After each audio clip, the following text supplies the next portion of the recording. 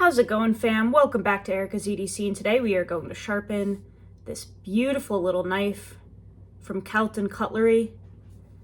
This is a Carter Necker, and Joe Shapton is a really awesome knife maker. He's a little more old school, works in a lot of 1095, 52-100, I know he's done Damascus, but he just uses a lot of like the old school stuff, 440 stainless. This is a little EDC hunting knife that he whipped up, and I've had this for a while, but I wanted to get the handles redone on it just to suit me a little more.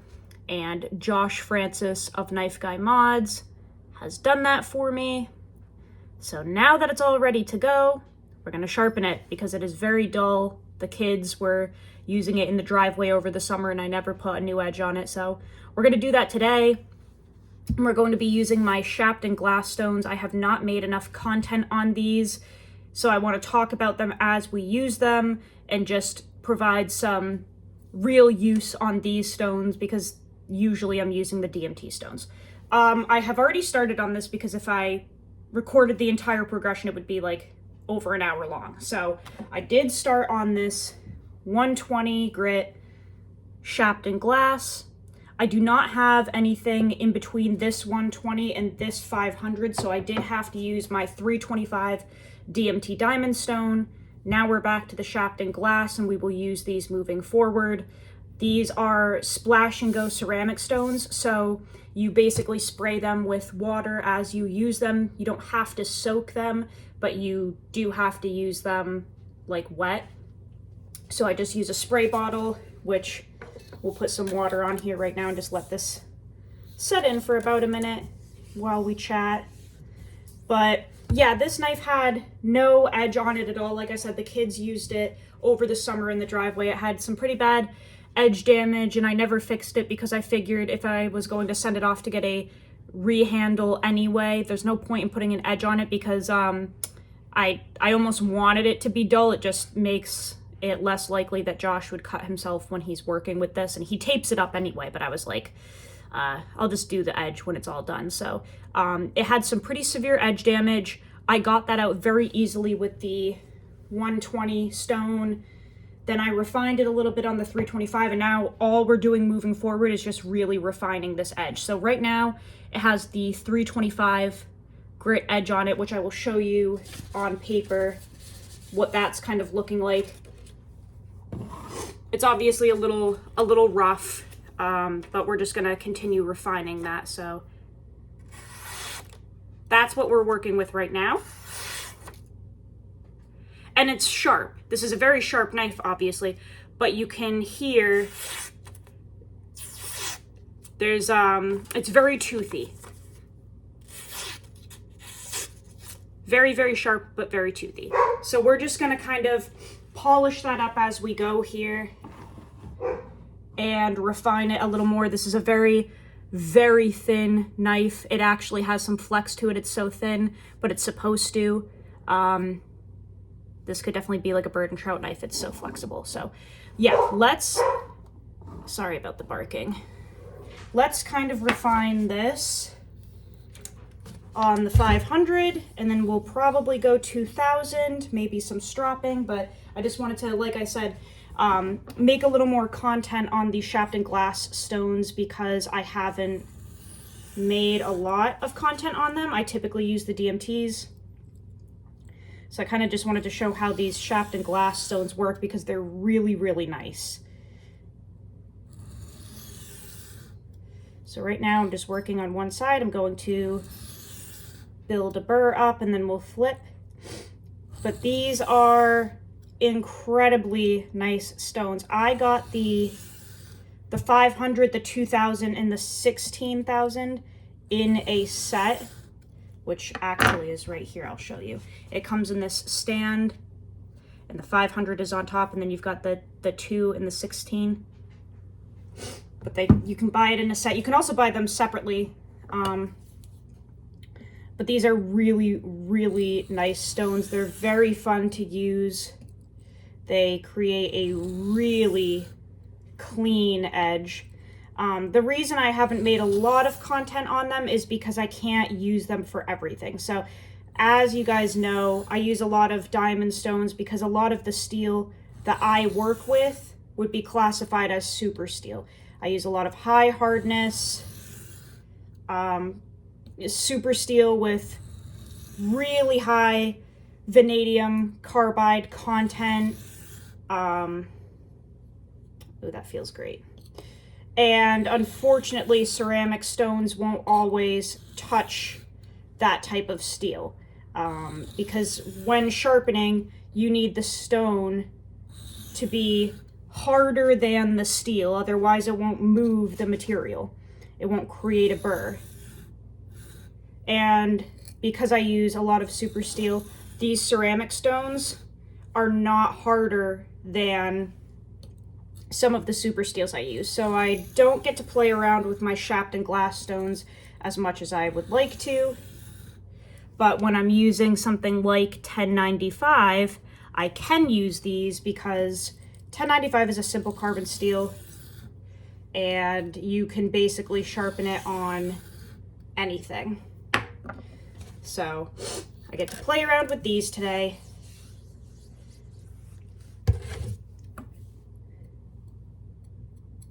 Definitely have a burr, so we're gonna switch.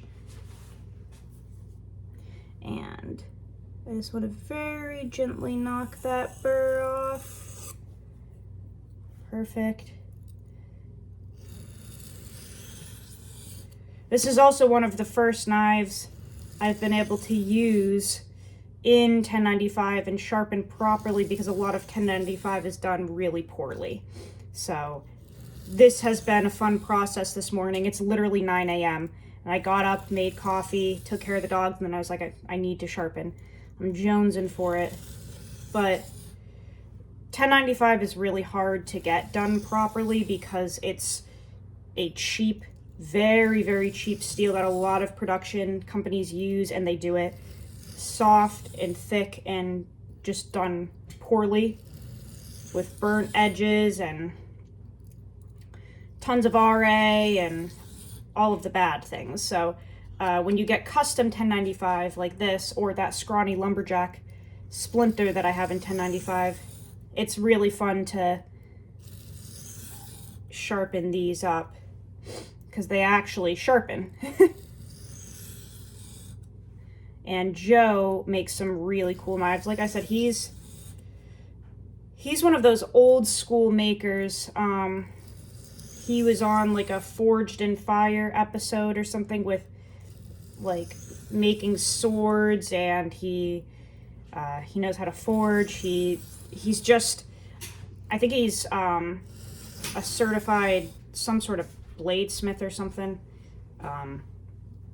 He's just a really cool guy, and he only likes working with simple carbon steel, but he does it really well, so I think that's really neat. And he does everything in his own little shop.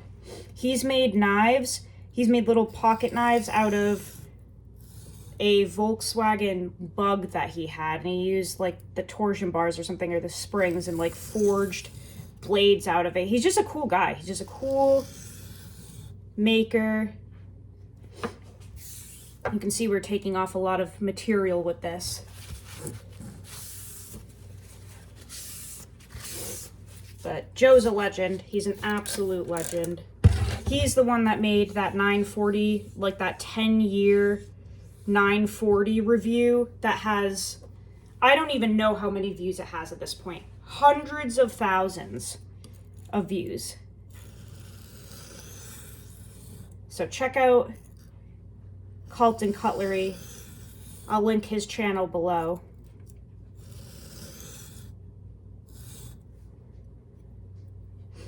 Just trying to bring that burr up to a reasonable point here.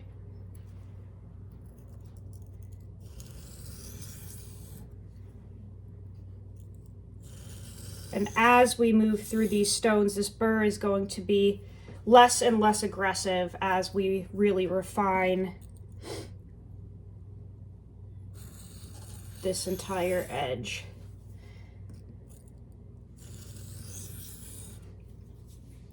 But basically with these Shapton glass stones, they, in my opinion, have great feedback.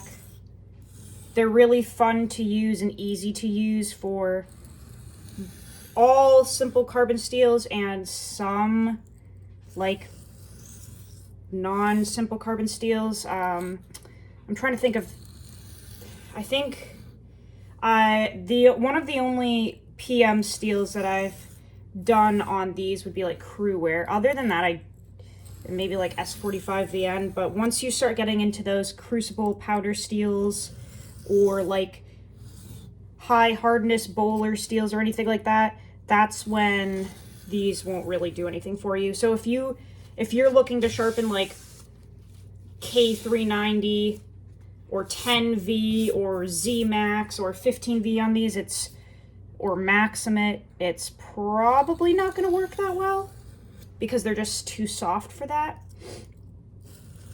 But if you had like some really thin Crewware, VG10, thin Magna Cut, maybe these would work. But like I said, if you have a whole bunch of super steel high hardness on hand, I'm not sure if these are for you because they're just too soft to really make a difference for the most part. But they're really nice to use for basic steels. You can do Nitro V on these, you can do BD1N, you can do any of those. Like I said, VG10, A2, AEBL, like this will work on those.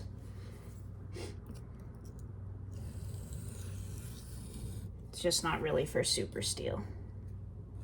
So right now we're just going back and forth and refining the edge that we already have, and then we're going to move up to that 2000 grit, I think.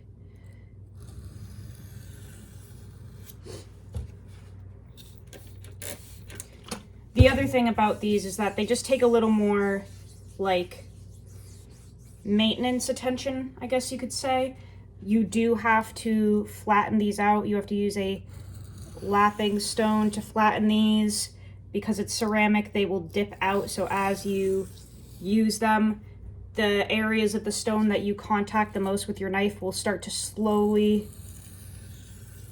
dip in and wear away. Then your stone is uneven and you can't even use it, so you have to have a lapping stone to flatten these out, and quite frankly, you need to do it nearly every time that you actually use the stone. If you're doing like a pretty thorough sharpening. And you can buy all of this stuff on sharpeningsupplies.com, but you don't really have to flatten diamond stones because they're so hard. But any of these like Japanese water stones, the Nanawas, the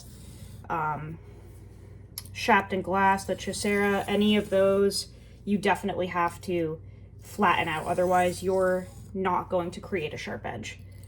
They have to be flattened very often. All right, let's see. Let me grab a paper towel here.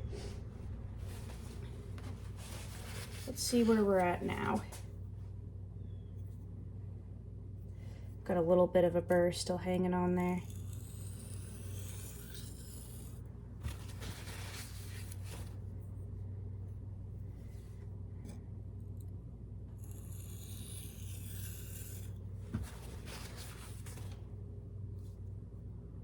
Let's see what this looks like on paper. Then we'll move up to that 2000.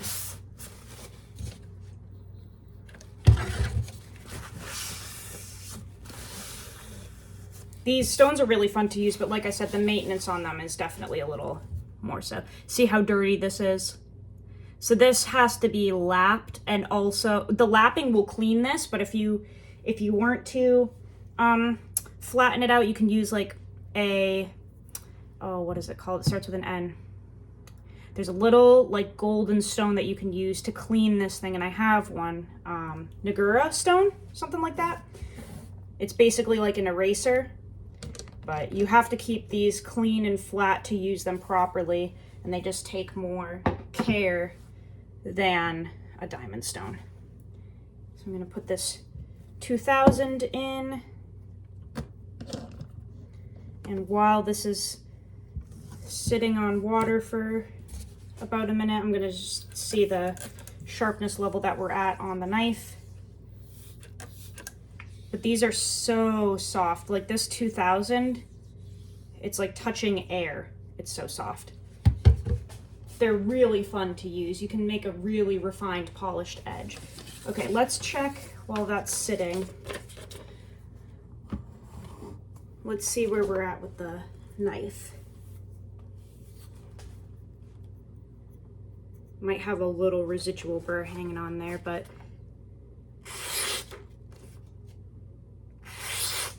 definitely getting sharp. Yeah. So that's where we're at off of the 500. Let's see what we can do with this 2000. Now, I think with this one, I'm not gonna build up a burr. I think I'm gonna hone in the edge that we already have. It's important to build up a burr on those lower grits, but as you, like if you already create a nice sharp edge, once you get above like 1000, sometimes depending on the geometry and such, you can just hone this in and not build up a burr every progression. Because this has a really sharp, bitey edge already, I think what I'm gonna do is just do back and forth passes moving forward, because I don't think we need to build up a burr anymore. So all we're doing now is cleaning up the edge that we already have. It's nice and sharp and stable, so we're doing cleanup and refinement at this point. Now, if I were to spend a lot of time on this 2000, this would definitely create a polished edge. However, the bevel on this is so thin, you can barely see it. This knife is so thin, the bevel is so thin, I don't really care to like spend time polishing it because there's not really a point.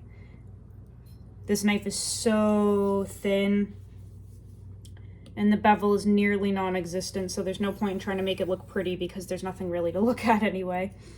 It basically just disappears. So on this stone, I'm not providing any pressure or anything. I'm literally just guiding the knife and letting the stone really clean this up.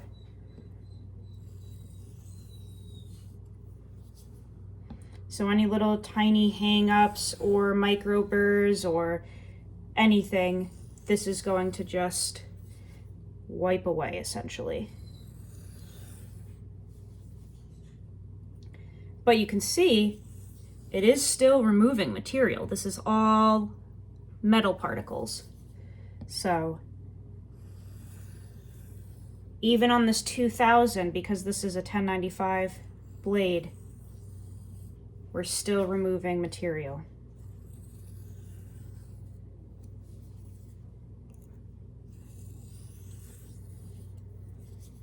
But this should really make a very clean, quiet cut through paper.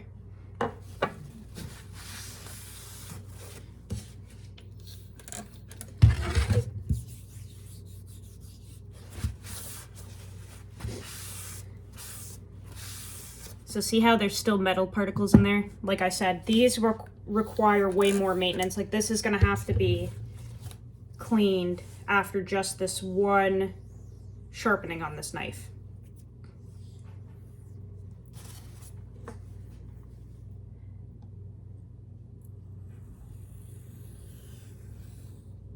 I'm actually thinking I should show you guys what the lapping stone looks like.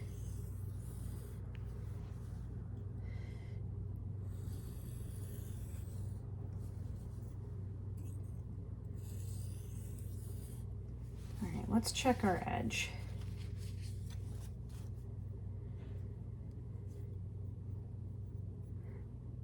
Feels good. Real quick before I forget, let me grab this. This is what the lapping stone looks like. So it's dual-sided, You have a fine side and a really coarse side. Basically what you do is you soak this, you soak the stone, and then when both of them are soaked and ready to go, you take this and put it on here, and you rub like that, and it flattens the stone out. How you know when it's flat is because you take a pencil beforehand, just a normal pencil, and you make a grid on here. You make a diamond grid just like this, and you do a bunch of lines that way, a bunch of lines that way, you make a grid. And what happens is as you're lapping this, the graphite from your pencil will wear away. So you keep checking, and then you're going to start to notice that the pencil is still in some places and not in others. And you just keep on going until all of that pencil is gone. That's when you know that the stone is flat and you've erased everything. I'll have to make a whole other video on that, but that's how you flatten your ceramic stones and your Japanese water stones. Very important to do that, because they will dip out every time you use them, basically. Okay, let's see where we're at off of that 2000 doing some honing.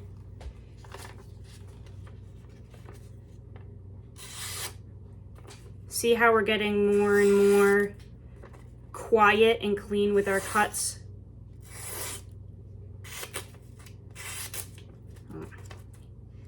There we go.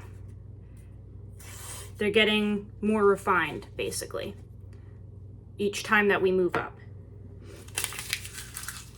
So now, I think what we're going to do is a couple of passes on the 16,000,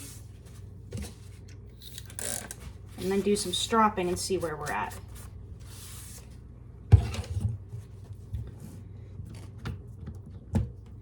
This is a very large jump from 2000 to 16,000, but the only stones that I have in between these are like an assortment of Japanese water stones that are soaking stones, and we just don't have time in this video to go through all those. I have a 1000 grit, I have a 4000, a 6000, an 8000. I've got all different types of Japanese water stones, but like I said, it's just too much to integrate those into this because they have to soak and all of the things, and I don't edit the videos, so we'll probably do this. And then I do have a strop here from Michael Richter, and this is loaded with his 1.5 micron diamond emulsion spray that he makes. I think it equates to 13,000 grit, which technically is under this because this is a 16,000 stone, but this is such fine leather, and the diamond emulsion spray that he makes is so fine, I don't think it's gonna cause any issues. So we are going to just do a couple of passes just like we did on the 2000.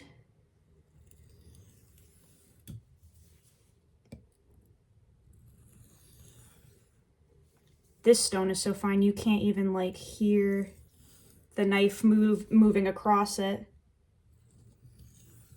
It's like a silent little ninja.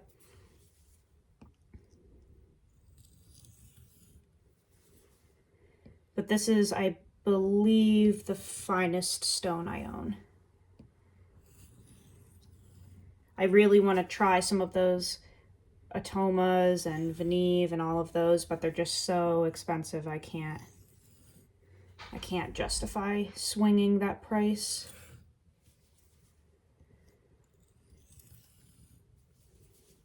But they do sound really nice. I've heard amazing things about them.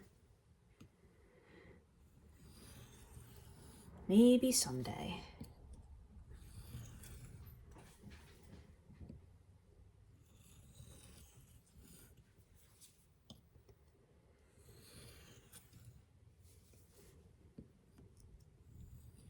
Now this stone, like I said, if you spent some time on it, this one would definitely polish an edge. This will polish really, really nicely and give you like a mirror reflective finish if you spend time on it, which I have numerous times.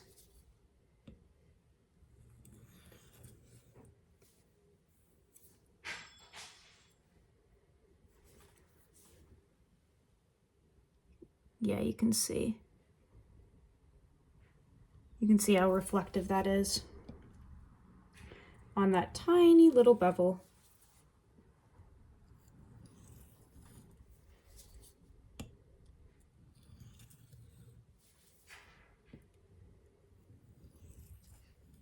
All right. Let's see about that, and then we're going to do some stropping because this video is getting pretty long here.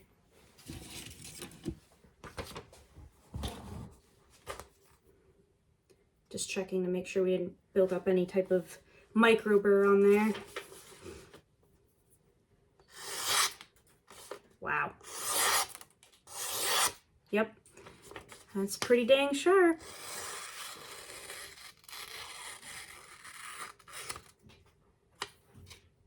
That's really nice. See if I can catch that reflection on there at all. This lighting is always so horrible. You can see it's a little bit shiny. We'll do some passes on here and then see what it looks like. But this knife is obviously serviced, ready to go. This is just for fun at this point. Wow, yep, that is extremely sharp. And the cool thing about this geometry being so thin is that even when this knife dulls, this will still cut for a pretty good period of time because it's just so dang thin. The geometry will kind of do the work for you even when this starts to go dull in the field. And I do think that Joe brings his 1095 up to like 62 HRC. So a world of a difference compared to what you're going to find production wise.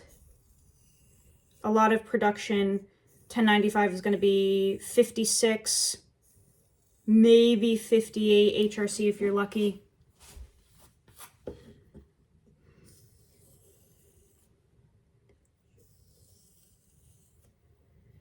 So right now we're just really polishing that edge up and slowly, almost like whittling down to the back and forth passes.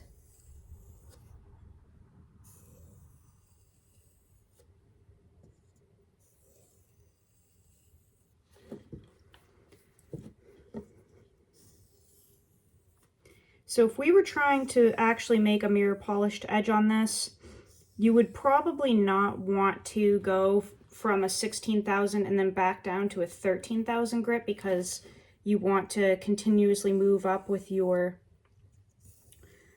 grit in order to refine and polish that edge.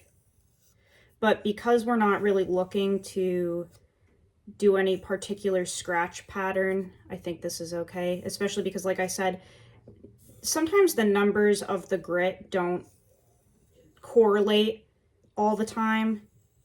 Like, it depends on the maker of the stone, what kind of stone it is. I've had a lot of discrepancies between grits, whether it's compound or stones. Like, it just depends on the maker, and you kind of have to just feel it out yourself. Like, sometimes the number doesn't really mean anything. Just because something says it's a 30,000 grit or a 700 grit or a 325, sometimes you have to go by feel because it really does depend on who made the stone or the compound. I have Bark River compound that is labeled as 3,000 and 6,000 grit, and it's not. Like, it's way more aggressive than that. So a lot of it is feel.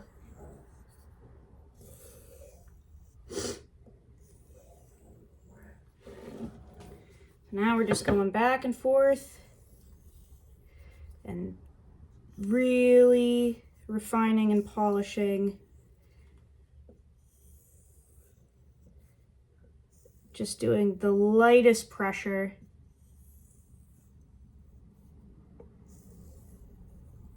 Because we also don't want to convex that edge that we made. We don't want to roll it. So you don't want to add any pressure. We're just very, very lightly cleaning it up.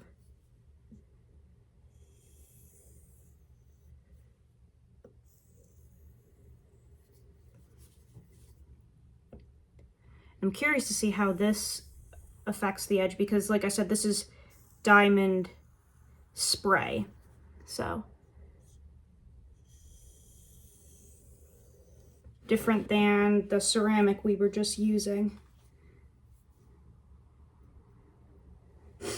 Okay, let's see what that did.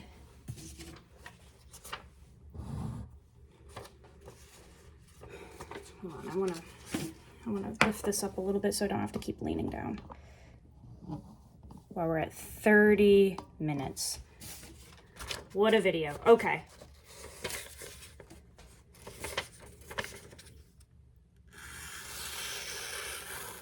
Very quiet. So I don't know if you guys can hear that, but notice how we went from the 16 down to technically 13,000. However, if you listen, the knife made more noise going through the paper off of the 16 compared to the 13. That's why, like I just said, sometimes you have to go by feel, not by the number, because the knife going through the paper at 16,000 grit was way louder and more aggressive than off of this strop, which tells me by feel that this 13,000 grit diamond spray is extremely fine, maybe even finer than a 16,000 grit Shapton glass stone, because now when we go through the paper, it is way quieter than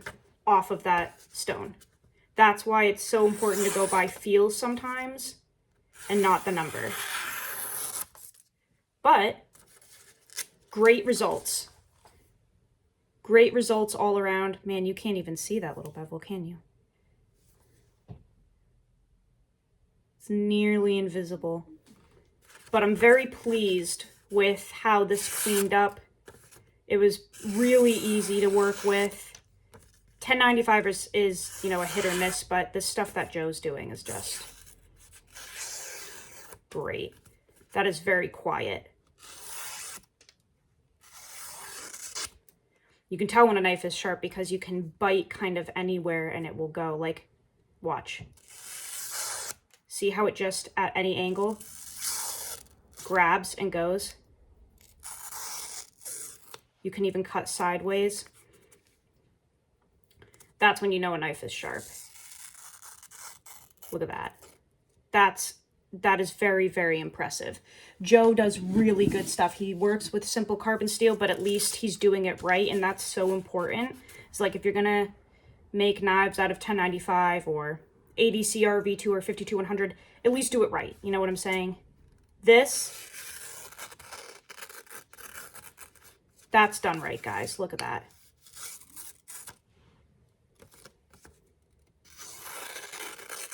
You can literally cut a C. It's so sharp. So I hope that you guys enjoyed that. This was a beautiful knife to sharpen. Very easy to do freehand, as you guys saw. Joe, thank you so much for this beautiful little knife. And Josh, thank you for redoing the handle on it, making it a little thicker for me. Beautiful work by both of these boys. I absolutely love this knife. Very well done. Hopefully you guys enjoyed that. Thanks for listening to my rant about these Shapton glass stones. They're really great for simple carbon steels or anything that it can work on, really. You can get these at sharpeningsupplies.com.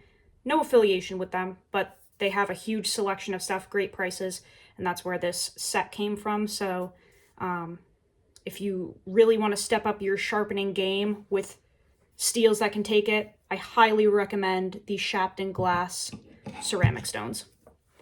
I will see you guys on the next video. Go use your shit. Learn how to sharpen your knives. I'll see you on the next video, fam. I love you so much. Take care.